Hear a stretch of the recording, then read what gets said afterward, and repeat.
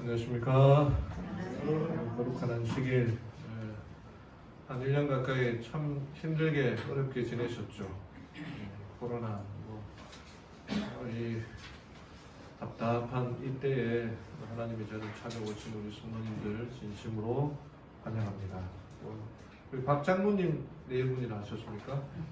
배종순 집사님, 언니, 진심으로 환영합니다. 하나님의 은혜와 열성이 공성이 임하게 되기를 바랍니다.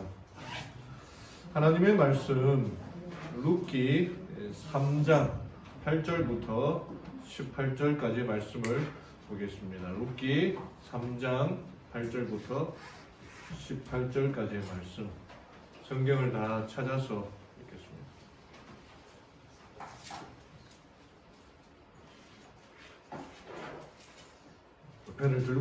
펜을 들고 줄을 치면서 되는 시간입니다.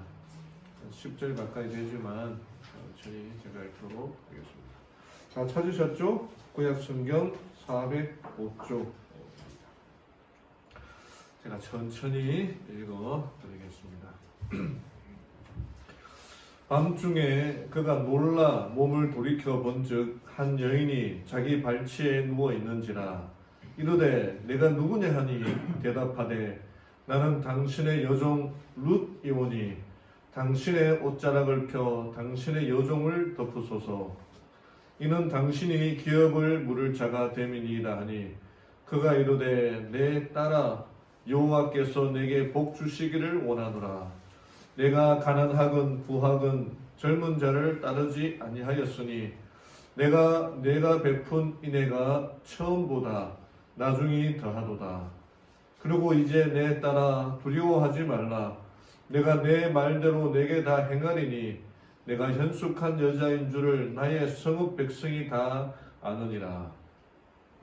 참으로 나는 기업을 물을 자이나 기업 물을 자로서 나보다 더 가까운 사람이 있으니 이 밤에 여기서 머무르라.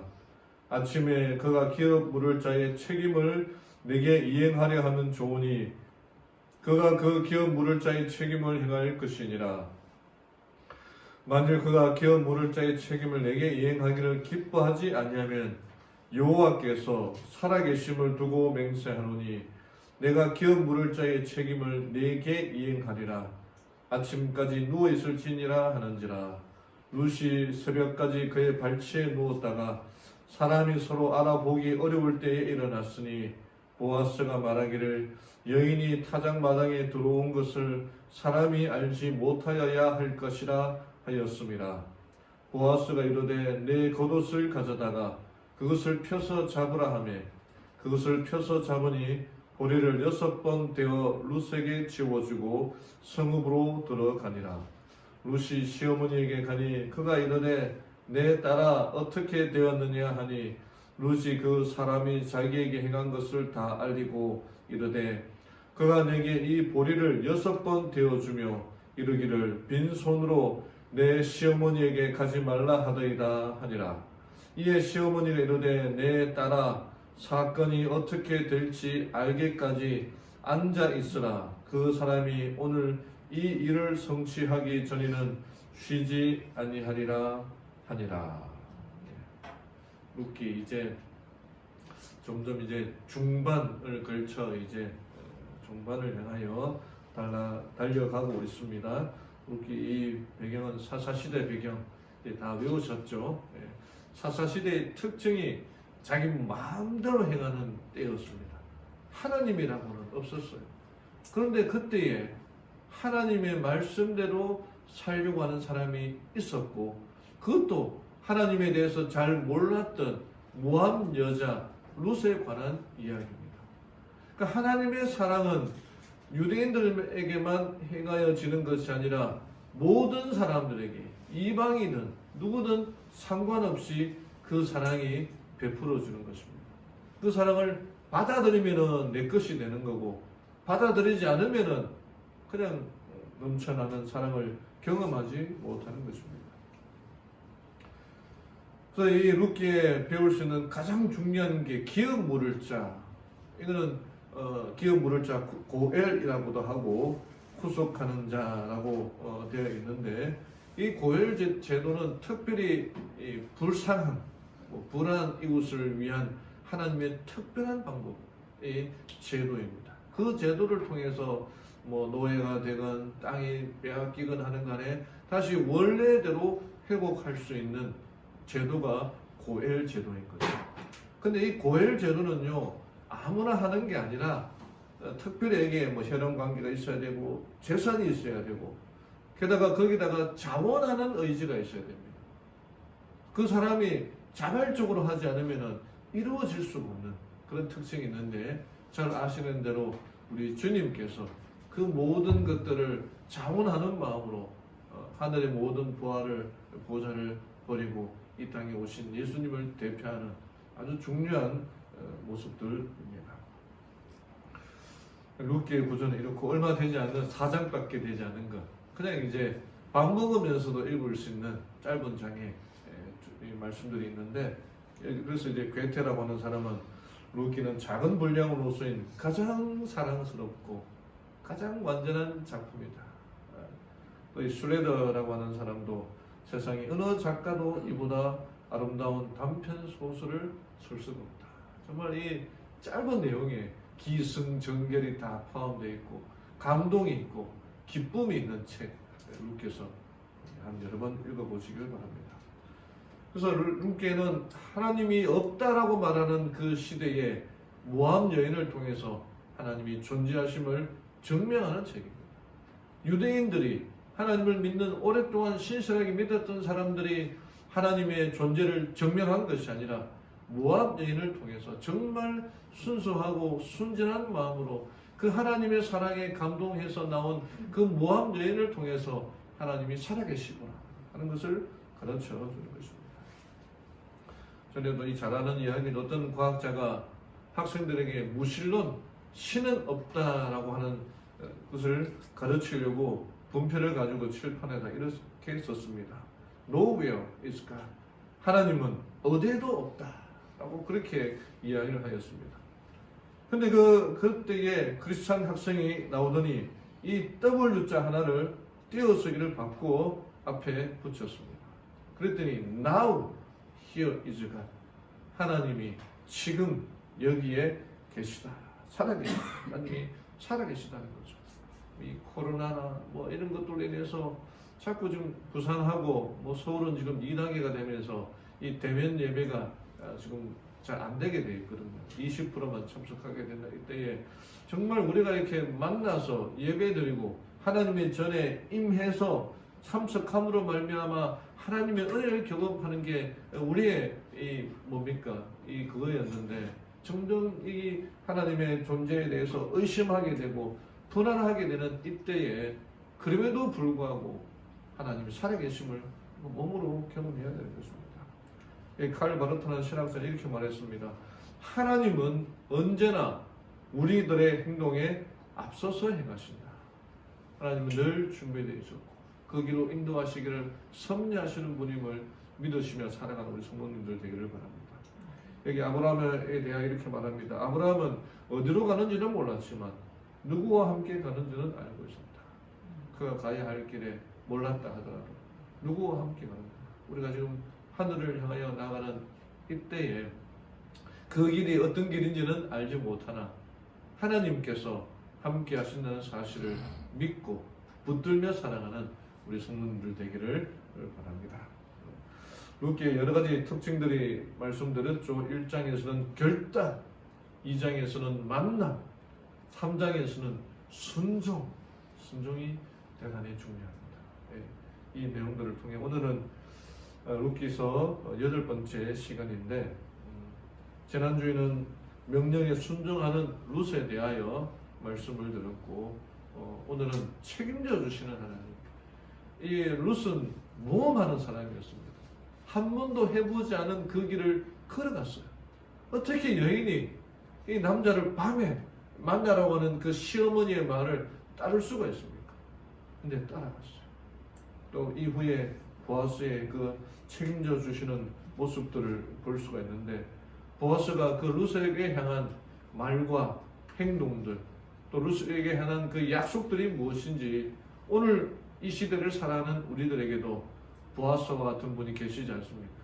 우리를 향하여 말씀하시고 그 다음에 명령하시는 것이 무엇인지를 오늘 깨닫는 시간 되기를 바랍니다.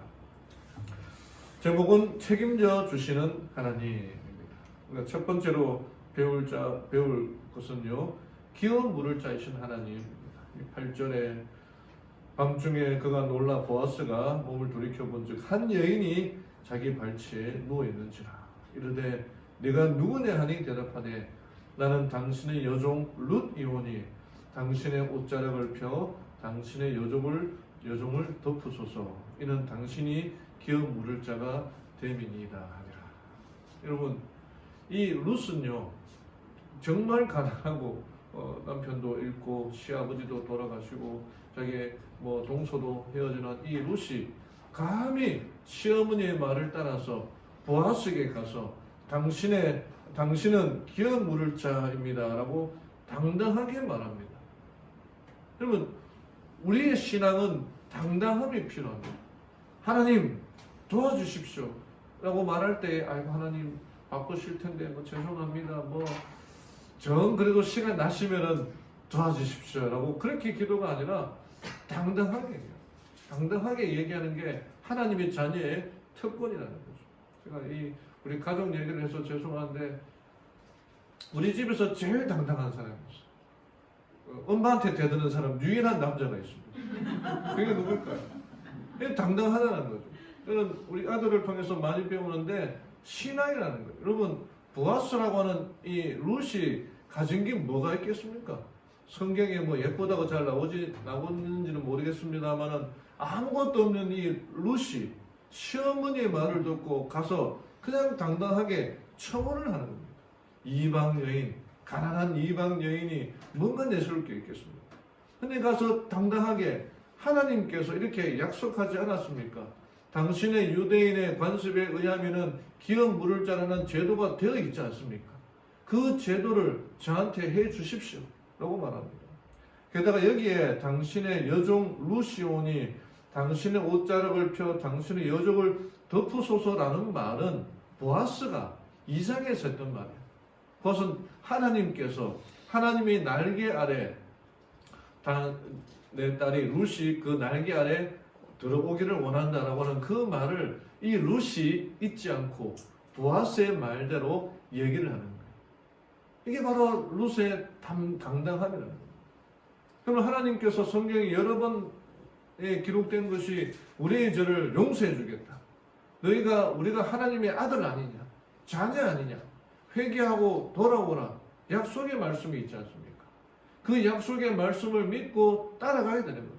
당당하게 담대하게 나아가는 거예요. 기업 물을자의 의무를 제가 이렇게 세 가지 정도 기록을 해놨거든요.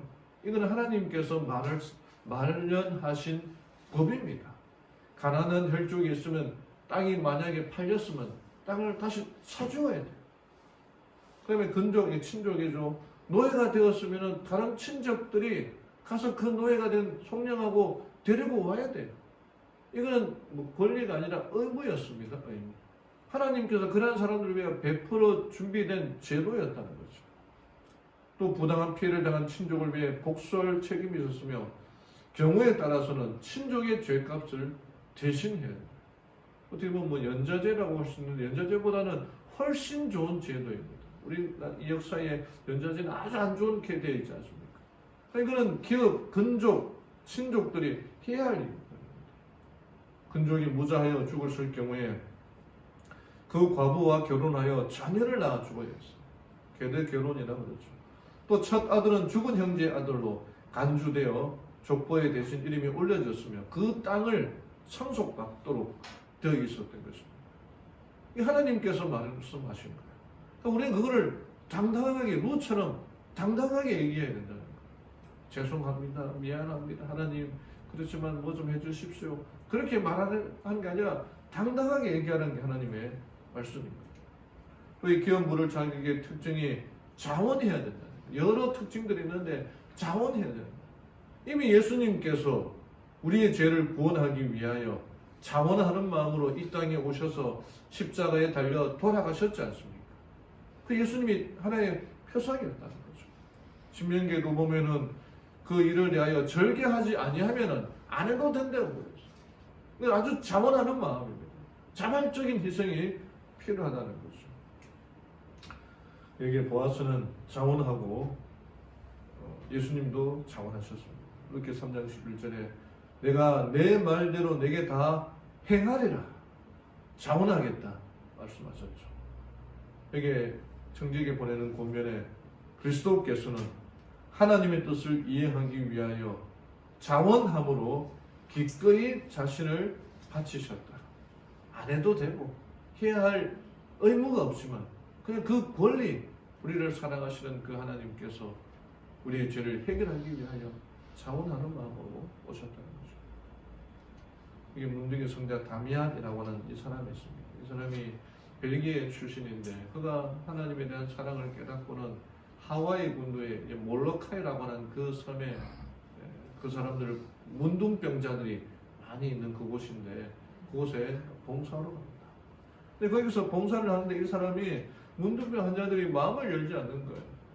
그게 뭐냐면은 당신은 우리는 나병 환자이고 당신은 건강한 사람이니까 생각하는 바가 달라서 당신이 믿는 하나님을 못 믿겠다 라고 그렇게 말하는 거예요. 이 다미안 신부가 뭐라고 얘기를 하냐면은 하나님 저에게도 나병을 허락하옵소서 저는 저들을 사랑하기 때문입니다. 이렇게 얘기합니다.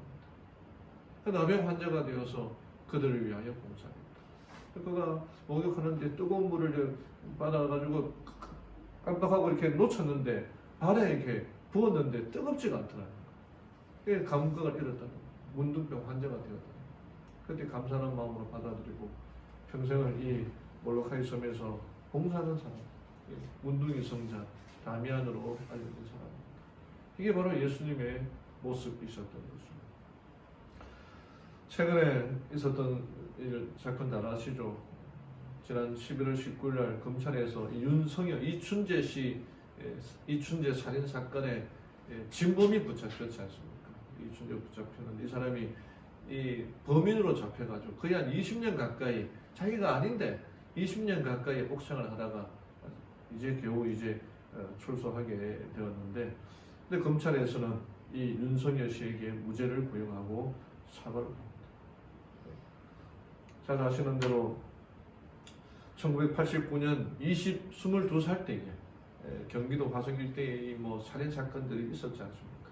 그때 8차 살인 사건에 범인으로 몰려서 무기징역을 받았고 감형되어서 20년 안 되게 출소하게 되었는데 걷는 것도 불편하고 소아마비 장애를 가졌고 학력도 초등학교 3학년밖에 되지 집 안 둬버리고 그때 이 사람 생각하기에 경찰들이 누구라도 잡아야 되기 때문에 자기를 잡은 것 같다라고 그렇게 했는데 그렇게 들어간 교도소에서 자기를 믿어줬던 한 사람이 있는데 그 사람이 박종덕 교정 공무원이었다고 합니다.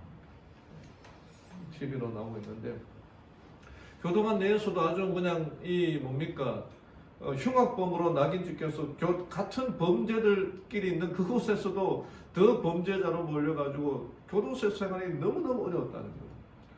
자기는 무죄인데 죄인이 아닌데 근데 그들 중에서 자기를 유일하게 믿어준 사람이 박종덕 교도관이었다는 거예요. 그가 없었으면 나는 이 세상에 없었을 것이다. 이 박 교도관은 다 범죄를 잘 대할 텐데 이 윤석열 씨에게 끝까지 살아야 한다. 무기징역 받고 들어갔잖아요. 그 사람에게 끝까지 살아야 된다. 살 방법은 인내심 뿐이다. 라고 하면서 공부하도록 도와주고 그 다음에 자격증을 딸 수 있도록 도와주고 그렇게 이 사람이 최후 진술 재심 때에 자기가 일단 살아왔던 것들을 하면서 출소 후에 20년 가까이 교도소 생활했으니까 세상이 얼마나 달라졌겠습니까? 적응 못했는데 그렇지만 자신을 믿고 도와준 사람들을 언급하면서 이 박종덕 씨를 언급하면서 더 좋은 사람으로 새롭게 인생을 살아가고 싶다. 감사하는 마음으로 살고 싶다. 20년 가까이 감옥에 가다 있다가 나왔는데 죄도 없이 있다가 나오는데 뭐가 감사할 겠습니까? 그러나 이 사람이 감사하는 마음으로 살겠다. 그렇게 계십니다. 여러분, 이와 같은 사람이 하나님께서, 다른 사람들은 다 오해하고 음해하고 괴롭혀도 보아스 되시는 예수님께서는 우리의 마음을 아신다는 거예요. 그 말씀을 붙들고 살아가야 된다는 거예요. 20년 가까이 살면서 얼마나 억울했겠습니까? 그럼에도 불구하고 자기를 믿어주는 그 한 사람, 박종덕, 그 공무원, 교도관 때문에 그가 살아날 수 있었던 것처럼, 인내를 가지고 기다릴 수 있었던 것처럼, 오늘도 이때에 여러분, 여러 일들로 말미암아 우리의 마음이 얼마나 답답합니까? 우리를 믿어주시는 하나님의 손을 붙들고 살아가는 우리 성도님들 되기를 간절히 바랍니다. 두 번째는 쉬지 아니하시는 하나님이라는 것입니다. 보아스가 룻에게 내가 다 하겠다고 말을 하고는 쉬지 않았습니다. 18절에 이에 시어머니가 이르되 내 딸아 이 사건이 어떻게 될지 알기까지 앉아 있어라. 그 사람이 오늘 이 일을 성취하기 전에는 쉬지 않는다. 집에서 마음을 졸이면서 기다리고 있던 그 나오미가 룻이 들어와서 그 사람이 어떻게 했느냐 그러니까 그 사람이 보아스가 자기에게 겉옷에다가 보리를 6번 떼어줬다 하지 않습니까? 이 유대인의 숫자 중에서 7이 완전수거든요. 근데 6번만 주려면은 우리는 뭐 주면은 뭐 5번 또는 10번을 맞춰주는데 이 유대인들은 7번을 이렇게 뭐 하는 게 관습이 완전하다는 뜻이죠. 근데 7번을 안 하고 6번을 떼어줬다는 게 뭐예요? 그 일을 자기가 이루겠다라고 하는 그 의미를 표현하는 겁니다. 모함 여인의 룻은 유대인의 어떤 그 숫자나 수비학적인 것들에 대해서 잘 모르지만은 나오미 시어머니는 그 의미가 무엇인지를 알았다는 거죠. 그래서 이 룻에게 말하기를 네가 할 일은 다 했으니 앉아 있어라. 기다리라는 겁니다. 기도하라는 것입니다. 왜? 그 사람이 오늘 이 일을 성취하기 전에는 쉬지 아니하리라. 룻이 정말 담대한 마음으로 하나님께 나아가 하나님 도와주십시오. 이렇게 약속하지 않았습니까? 라고 말한 그것이 우리가 할 일이라는 거죠. 이게 봉교 성경 주석에는 룻은 자신이 할 수 있는 일을 다 했다. 룻이 한 일이 뭡니까? 나오미의 말에 순종하고 그 보아스에게 나와 결혼해 주십시오. 당당하게 얘기한 게 그의 한 일 아니었습니까? 우리도 당당하게 기도하는 일이 필요하다는 거죠. 이제부터는 기도를 했기 때문에 이제 해야 할 시간은 보아스의 시간입니다. 이제 친족 보아스가 그들의 결혼을 위한 법적인 조치를 취할만 했다.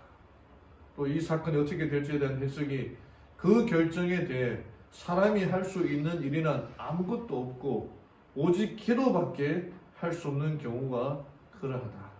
룻이 그러하다. 하나님이 일하시고 있으니 우리는 어떻게 하라? 기도하라. 뭐 지난 시간에도 말씀드렸지만 이 조사 심판에 대하여 오해하고 있는 게 하나님이 지금 저기서 일하고 계시는데 우리는 뭘 하고 있느냐 하는 거죠. 하나님이 일하시니 우리는 어떻게 해야 되는 겁니까?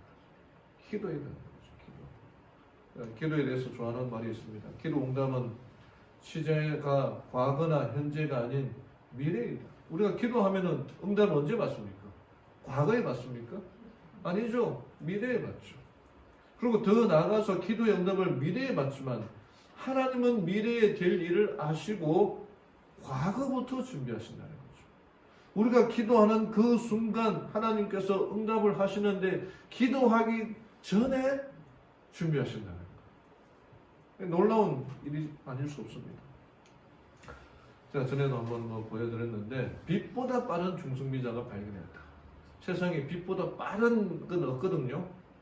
근데 발견됐다는 거예요. 물론 이제 그 관측의 차이로 발견되게 되는데 빛보다 빠른 게 있다면 이 과학자들은 타키온이라고 하는 게 빛보다 빠른 물질이다라고 상상해서 만든 겁니다. 빛보다 빠른 건 아직까지 발견되지 않습니다. 그러나 저는 빛보다 빠른 게 있다면 시간을 거슬러 가는 게 있다면 바로 기도에 대한 응답이라는 거죠. 우리가 지금 기도하면은 이루어져야 되려면은 응답을 받으려면 기도하기 전에 하나님께서 준비하셔야 되는 거예요. 하나님의 인도하시는 그 길이 우리가 기도한다는 그 자체가 하나님께서 미리 준비하고 계신다. 하나님이 이미 다 준비하고 계시는데 우리가 기도하지 않으면 어떻게 되겠어요? 안 이루어지는 쪽으로 흘러간다. 이 대한민국 서울에 속마음 버스라고 있습니다. 지금도 보니까 이루어지고 있는데 2014년부터 서울 시민들의 힐링을 위해서 이루어지는 그 프로젝트 프로그램인데 이 버스는 서로 가까운 사이지만 말을 못해서 오해가 쌓여있는 사람들을 서로 이제 툭 터놓고 얘기할 수 있도록 하는 그를 마련한 건데 인터넷으로 신청하면은 어디 이렇게 접수할 수 있고 여의도역 2번 출구에서 출발하는데 그냥 고속버스처럼 안에를 이제 큰 버스를 개조해서 커튼이 하나 쳐 있고 직원이 타고 있는데 거기 두 명이 앉아서 대화할 수 있는 테이블이 두 개 있습니다. 여기는 어떤 부부가 신청하기도 하고 고부 간에 신청하기도 하고 부모 자식 간에 신청하기도 하고 연인 간에도 신청합니다. 이렇게 신청하면은 연락이 오는데 어느 날 맨날 몇 시에 오십시오라고 해서 가면은 거기 여의도역에서 버스를 대기하고 있는데 두 쌍이 타서 서로 시내를 이제 투어를 하는 거예요. 그 100분 동안 그 안에서 얘기하는 거예요. 근데 얘기하는데 한 사람만 달달달 얘기하는 게 아니라 모래시계 같은 게 이제 있어. 3분짜리 모래시계가 있어가지고 그 모래시계가 3분이 될 때까지 한 사람이 얘기하고 그러면 그 모래시계가 3분이 끝나면은 더 얘기하고 싶어도 상대방이 이제 얘기하도록 기회를 주는 거예요. 그러니까 한 사람이 일방적으로 다다다 얘기하는 게 아니라 3분 얘기하고 3분 얘기하고 3분 얘기하고 3분. 그러니까 3분 얘기하면은 상대방은 3분 동안 들어야 되는 거예요. 또 다른 사람이 3분 얘기하면 또 다른 사람은 들어야 되고. 그래서 100분 동안 이야기를 하는 시간을 갖는데 여기에 대한 시민의 반응이 이렇게 됩니다. 3분 동안 이야기를 하는 게 3분 동안 이야기를 듣는다는 것이 어렵다는 것을 느꼈습니다. 고작 3분인데 말하지 않으면 모른다죠. 그동안 쌓였던 상대의 오해를 풀었던 좋은 시간이었습니다. 처음에는 이야기하고 싶어서 답답했지만 그것을 참고 이야기를 하다 보니 상대방이 말하는 의도와 생각과 행동을 다시 한번 돌아보게 되었습니다.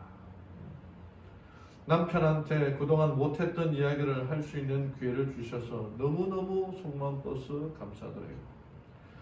엄마가 거의 처음으로 가슴속 깊은 이야기를 나누면서 상대방의 입장을 느낄 수 있었던 귀중한 경험을 가진 것 같아요. 정말 좋았어요. 더 말할 것도 없이 정말 좋았습니다. 엄마랑 같이 갔는데 제 속마음과 엄마의 속마음을 서로 들을 수 있어서 정말 좋았어요. 가까이 사는 사람인데 대화도 못하고 일상을 살았는데 정말 내 마음속에 있었던 깊은 이야기를 그걸 못하고 살았다는 거예요. 근데 그 이야기를 하다 보니까 3분, 그 3분이 그렇게 긴 줄을 몰랐다는데 그 이야기를 통해서 대화하게 되고 오해를 풀고 상대방의 마음을 헤아리면서 더 이해하고 더 사랑하게 되는 정말 좋은 시간이었다. 기도도 그런 것 같아요. 기도. 친구에게처럼 하나님의 마음을 표현하는 거예요. 형식이 뭐가 있겠습니까? 뭐 기승전결, 서론본론, 결론 그런 것이 무엇이 있겠습니까? 그냥 뭐 내 생각을 그냥 그대로 얘기하는 거예요. 그게 기도라는 거죠. 여기에 화이트보이는 이렇게 말합니다. 사람이 한숨을 짓고 고통을 느끼고 슬픔을 당하는 것은 무엇이나 다 하늘 아버지의 마음에 파동을 일으킨다. 파동이 뭡니까? 우리가 한숨 짓고 고통을 느끼고 슬픔을 당하는 건 하나님이 그냥 구경만 하는 게 아니라 가슴에 그냥 탕 하고 나가. 그 뭐 파동을 받아 어떻게 됩니까? 마음이 움직인다는 거죠. 도와줄 수밖에 없다는 거죠. 루스에게 다가간 보아스에게 다가간 그 루스의 그 이야기는 보아스의 마음을 움직일 수밖에 없었던 거죠. 하나님이 일할 수밖에 없었던, 보아스가 일할 수밖에 없었던 것처럼 하나님이 일할 수밖에 없었던 것입니다. 우리가 하나님께 기도한다는 것 자체가 바로 그런 의미가 있는 것입니다. 우리의 기도, 하나님께서 일하실 때에 우리가 가만히 앉아 있는다는 말이 기도함으로 하나님과 협력하며 살아가는 우리 성도님들 되기를 간절히 바랍니다. 마지막으로 책임져 주시는 하나님을 신뢰하라라는 것입니다. 이 밤에 여기서 머무르라. 아침에 그가 기업 물을 자의 책임을 내게 이행하려 하면 좋으니 그가 그 기업 물을 자의 책임을 행할 것이라. 만일 그가 기업 물을 자의 책임을 내게 이행하기를 기뻐하지 아니하면 여호와께서 살아계심을 두고 맹세하노니 내가 기업 물을 자의 책임을 내게 이행하리라. 내가 책임지겠다. 보아스의 약속의 말씀이 곧 하나님의 말씀인 것입니다. 루세 말에 보아스는 끝까지 책임져 주겠다. 이 모습이 바로 하나님의 모습이고 예수님의 모습. 책임져 주신 하나님. 우리로 하여금 그냥 이 세상에서 그냥 네가 알아서 커. 그런 말씀이 아니라 끝까지 책임져 주시겠다는 하나님의 말씀인 것입니다. 옛날에 읽었던 책 중에 하나가 이 서쪽 하늘 붉은 노을이라는 책이 있습니다. 이 주기철 목사님, 유명하신 목사님, 순교하신 목사님이와 그 아들 주광조 그 이야기를 이제 유승준이라는 사람이 이제 쓴 책인데 책 제목이 붉은 하늘, 서쪽 하늘, 붉은 노을. 이건 주기철 목사님이 작사하신 참미가인데 이분이 일제시대 때 신사참배를 반대하며 7년까지 간 옥살을 하고 결국에는 감옥에서 순교하셨던 평양의 산정현 교회의 주기철 목사님과 그때 아버지가 세상을 떠나시고 순교하시고 세상을 떠나실 때의 나이가 주광조 장로라고 돌아가셨는데 그분이 이제 13살 때에 아버지를 잃고 대단히 고통스러운 그 남은 인생을 살았던 그 주광조 장로의 그 모습을 그 아들의 눈으로 본 상황을 다른 한 작가가 기록한 책인데 참 가슴이 mov는 책입니다. 미남 우리 삼강길 도서관에 책이 없더라고요. 우리 책 교회에다가 좀 도서를 좀 비치해서 읽을 수 있도록 그렇게 좀 준비를 하겠다 생각합니다.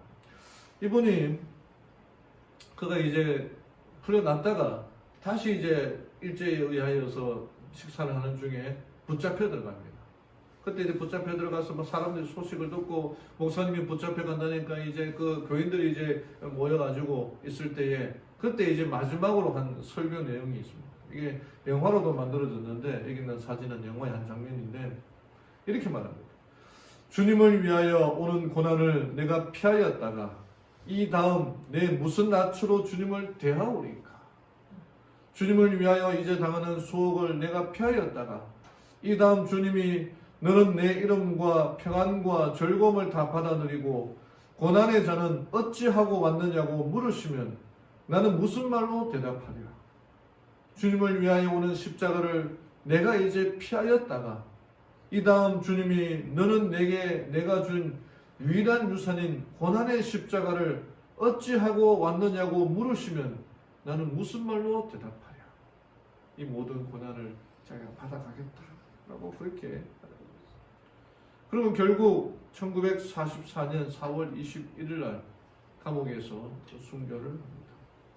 다음날 시신을 모셔온 그 아내 오정모 사모님이 사랑하는 그 남편의 시신을 닦고 수의를 입고 입관하려고 할 때에 그때 모였던 산정현 교회의 성도들이 울음을 터뜨립니다.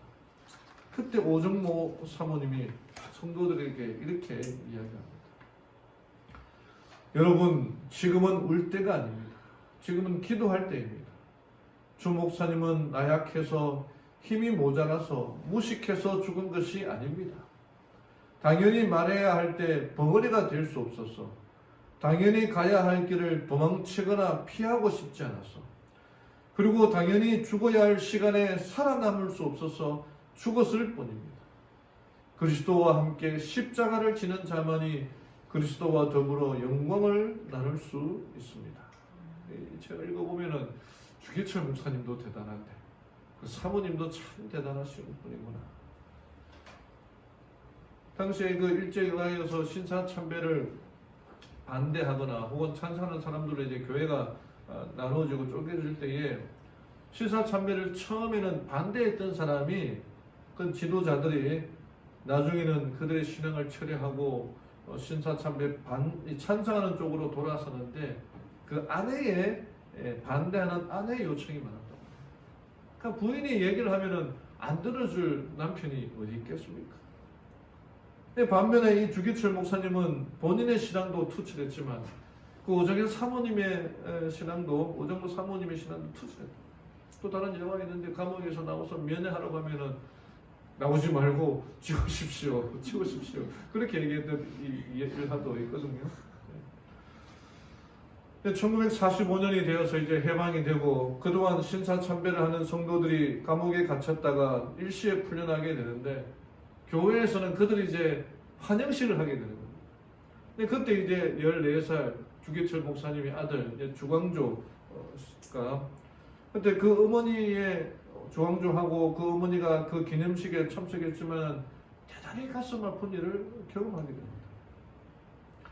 13살 때 아버지가 돌아가셨고 1년 4개월 만에 이제 해방이 되었는데 감옥에 갇혔던 수많은 사람들이 다 나왔는데 자기 아버지는 안 나오는 거예요. 다른 사람들은 다 환영을 받는데 이 주광조 형제의 아버지는 돌아가셨어요. 그때 했던 말이 이겁니다. 1년 반만 더 살아 계셨더라면 이 환희와 영광의 날을 맞이하실 수 있었을 텐데 왜 하나님은 아버지를 실컷 고생만 하게 하다가 그래도 일찍 데려가셨을까? 어머니는 하나님께서 꼭 기도를 응답해 주실 거라고 했는데 이게 어찌된 일인가? 하나님은 기머거리신가? 아니면 버머리신가? 왜 하나님은 이 어린 가슴에 대못을 박으신 걸까? 그렇게 수없이 많은 기도를 드렸는데 자기 아버지는 해방될 때까지 나오지 못하고 그냥 돌아가셨고 그때 아버지가 죽어서 이제 남았는데 그 시신을 어머니는 그 얼굴을 이렇게 보는데 이 아들은 그냥 가만히로 덮여지니까 이렇게 발을 이렇게 보게 되는데 그 발을 봤는데 발톱이 다 빠졌다는 거예요. 그 고문 때문에 발톱이 다 빠지고 어떻게 아버지가 이렇게 될 수 있냐 그런 이제 고백을 저는 이 책에도 나타나는데 이것 때문에 이 아들 이 주광조가 한동안 이제 방황을 하게 됩니다. 그의 어머니는 그렇게 믿음을 간직했지만 아버지가 돌아가신 3년 뒤에 세상을 떠나게 되는데 어머니는 아무런 유산을 남겨두지 않았는데 마지막으로 남겨둔 유산이 시편 37편 25절 26절이었습니다. 내가 어려서부터 늙기까지 의인이 버림을 당하거나 그의 자손이 글식함을 보지 못하였도다. 그는 종일토록 은혜를 베풀고 꾸준히 그의 자손이 복을 받는도다. 이게 너에게 남겨준 마지막 유산이다. 이번에 형이 3명 있는데 다 타지로 가고 막내 아들 이 조광조에게 이 말씀을 유언으로 남겨주고 세상을 떠납니다. 어머니가 세상을 떠나기 전에 이 교인들이 주 목사님도 돌아가셨고 하니까 그 가족들을 위해서 집도 주고 논도 주고 그렇게 하겠다고 제안을 합니다. 근데 그 어머니는 오정모 사모님은 단칼에 거절을 합니다. 남편이 어떤 덕을 통하여 우리가 혜택을 보지 않겠다. 그렇게 하는 거예요. 어린 아들 주광조가 보기에는 그 땅만 있으면 그 집만 있으면 그래도 편안하게 살 텐데 왜 그렇게 하지 않나? 어머니의 태도가 전혀 이해가 되지 않았대. 나중에 이제 평양이니까 공산주의가 들어오면서 김일성도 이 주광조 목사에 대한 얘기를 하니까 그 가족들에게 회유를 하는데 보따리 하나 갖다 주었다고 합니다. 보따리에 보니까 어마어마한 돈과 그 다음에 논문서, 반문서가 있었다. 이제 공산당을 이렇게 회유하기 위하여 그래도 영향력 있는 그 사람의 도움이 필요하지 않습니까? 그때도 그 어머니가 그 모든 것을 단칼했거든요. 모든 돈과 토지 문서를 다 돌려보내요. 그 아들 옆에서 그 어머니의 태도를 보면 또 충격을 이해를 못한다는 거죠. 저 돈과 저 돈 바치면 우리가 더 이상 배골지 않고 공부할 수 있었을 텐데. 그러다가 이제 또 우여곡절 끝에 남한으로 왔는데 이 주기철 목사님이라는 유명한 목사님의 아들 그 부담이 얼마나 크겠습니까?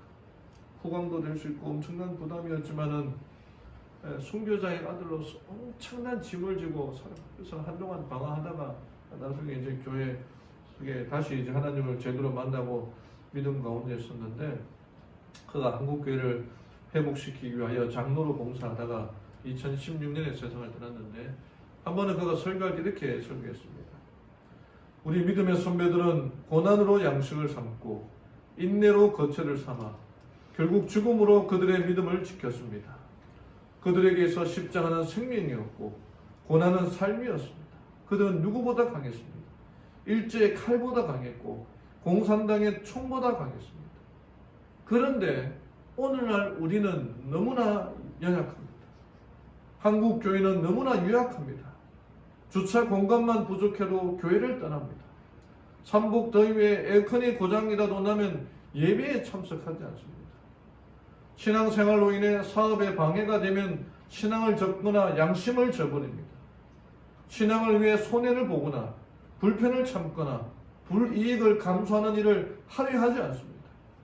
우리 모두는 편안함에 길들여진 채 솔로몬의 영광만을 추구합니다. 드레핀 백합보다 더 곱고 아름다웠던 솔로몬의 옷자락과 창고마다 넘쳐났던 그의 부귀를 부러워합니다. 하지만 하나님은 오늘 우리에게 욥의 고난과 인내를 배우기를 원하십니다. 복음이 말씀하는 진정한 복은 욥의 고난과 인내의 열매인 것입니다. 하나님께서 책임져 주시겠다고 하셨는데 왜 그것을 못 믿고 살아가요? 왜 요즘 현대교회 주차 공간이 없으면은 뺑뺑 돌다가 주차할 데 없으면 그냥 가버리는 교회들. 에어컨이 고장나면은 아이고 더워서 못하겠다. 집에서 그냥 방송으로 가야겠다. 그렇게 교회가 연약해지고 가고 있다는 거죠. 그럼 믿음의 선배들, 우리의 정말 박해가 있을 때 그때의 믿음의 선배들은 그렇게 하지 않다는 거죠. 여기 우리 성모님들도 마찬가지 않습니까? 더 젊었을 때 더 큰 믿음과 신앙을 가지고 자식들을 가르치고 이 신앙생활 안에 살았지 않습니까? 지금 점점 연약해지고 가고 있다는 거예요. 하나님께서 우리를 책임져 주시고 돌보주시겠다고 약속을 하셨는데 그것조차도 믿어보지 못하고 그냥 연약한 대로 살아가고 있는 모습이 우리의 모습입니다.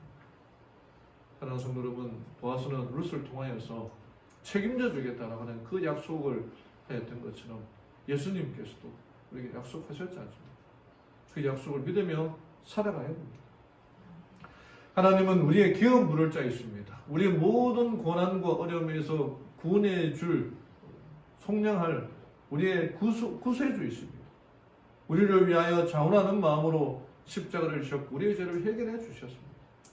하나님께서 지금도 일하고 계실 때에 우리는 기도해야 됩니다.